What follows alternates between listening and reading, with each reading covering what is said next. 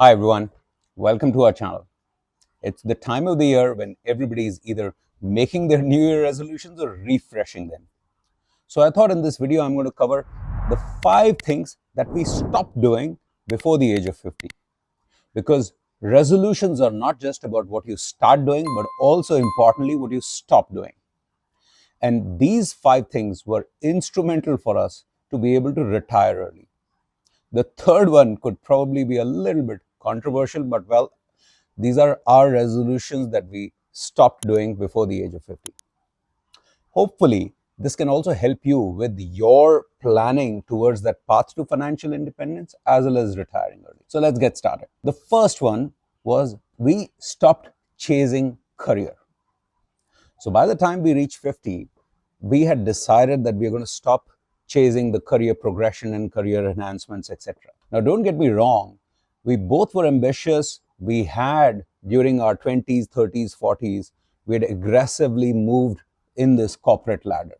So I started my career selling, as a sales guy, selling those ads in yellow pages, towards working hard towards, by the end of my career, I was able to be at the top of the corporate ladder.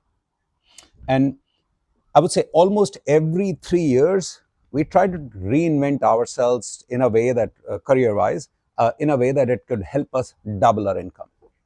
Like we've spoken in many of our videos, I think the biggest contributor towards financial independence is actually career. And by rule of thumb, you should always try to double your income every 5 years. We were fortunate enough that we were able to push those limits to double every 3 years. Having said all that, like with money, you need to also define your enough point when it comes to career, or at least we defined our enough point. For us, it was not just about what we wanted to do in our career, but it was equally important what we did not want to aspire or to do. So I had no dreams of becoming a founder of a company, to become a CEO of a company, a chairman of the company, etc., etc. So I was very clear that there are certain enough points that I want to achieve. Why? Because for us, career has always been a means to achieving the goal. It was not the goal in itself. So when we achieved those goals, we were happy. And after that, we decided that, look, this is it. I really enjoyed working. So it was, if I would not have been able to have that goal of stop working, most likely I would have continued working because I was enjoying every year. And yes, I did fall for that one more year syndrome for at least 2 years. And as you can imagine, this was instrumental towards our being able to retire early, because had we not stopped working or stopped chasing that career carrot or career dream, we would have just carried on and on. The second one was we stopped chasing material possessions, especially the big possessions, a big house, a big car. Again, when we started our career, during those days, for us, there was an aspirational value to having that so-called quote unquote dream house, the dream car, and we did chase to a point. But over the decades, we also realized that a big house becomes more of a hindrance rather than path to financial independence. Why? Because a house domesticates us. So when you have a big house, you kind of are handcuffed to that property. So for example, when we moved away from our, we sold our house and we moved to a rental accommodation, we realized how much flexibility it gave us towards our career, even though we may not have had our own property where we were living. We did have property where it was, or we still have, where we get as investment rental incomes, but that's a different bucket. So not having a big house, or not having that desire or a dream or a goal of having a big house, enabled us to, be flexible, travel to different places from a career perspective, and explore more. And now in our retirement, definitely we don't have those dreams anymore, but we stopped having that dream before we achieved 50. The third one, as I said, is a little bit controversial, but this is also our things that we stopped doing, and that is we stopped saving. It doesn't mean that we started spending and blowing away money. It is just that Like with career, we decided when it comes to money that this is enough is enough. So we do not want to have more money in that corpus. We are satisfied with our corpus number. The maths for us is adding up. We are with the whatever corpus we've achieved. We will be able to sustain our lifestyle and sustain our expenses. Again, only time will tell, but so far, in around 2 years, touch wood, everything is so far so good. Let's see if it continues that way. But yes, we pivoted from saving money and pivoted from having an earning income towards just rebalancing and managing cash flow, etc., in our portfolio.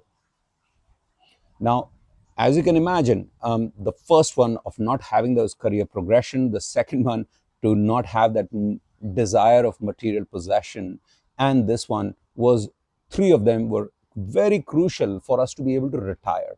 Because had we continued in that mode of accumulating and amassing more and more money, there is no way we could have retired, because then we would have needed some level of or some sort of primary income for us to continue saving. As I said, this is our journey and this was our goal that we stopped chasing. It could be that you decide that you still want to continue saving because of whatever reasons, even though you've achieved your financial independence or you've achieved your financial goal. Great. You can continue in your mid 50s, 60s. But yes, I think there should be a point where everybody should have that enough point, both from a career as well as finance perspective. The fourth one is that we stopped underestimating the value of time. During our career years, for us, time was majority dedicated to work. So I've done those, what I would call now the Narayan Murthy days, weeks, and years, where I used to start at probably 7 o'clock, 8 o'clock, and continue till 8 o'clock, 9 o'clock, or many a times even midnight.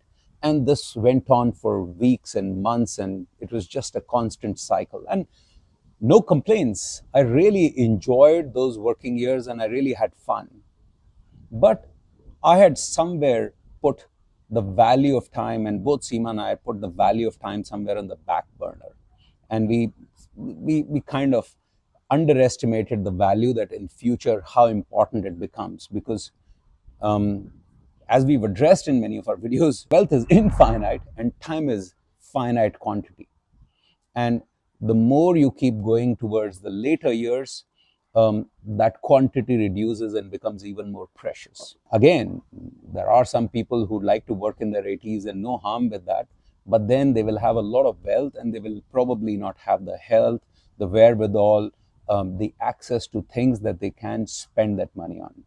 So for us, this was very important, and we pivoted and we said, look, after 50, more than the wealth, the time is of the essence and importance. So we've stopped underestimating. And the last one is a goal that we set, and at least I keep struggling with, is stopped taking our health for granted.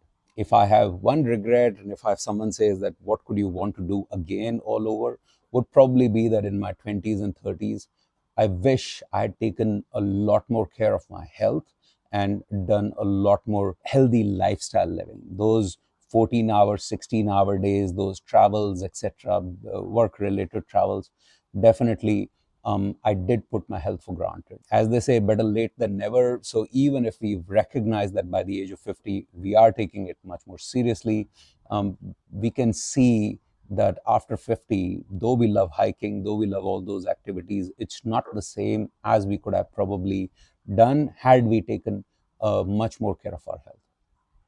But still, now we get our annual checkups done. We've been doing it for almost now 10 years. We make sure that we are taking a lot more care of our health. So I hope that these 5 goals help you just to see that what helped us or what accelerated our early retirement journey, and what were important things for us to let go and start planning towards letting go by the time we hit 50. And I hope this can help you with your plans accordingly. Would love to hear in the comment section what you think could be the other things that you are planning to stop doing rather than just start doing, so that we can learn from each other. Till the next video, till the next location, and till the next topic. Goodbye from me. Bye-bye.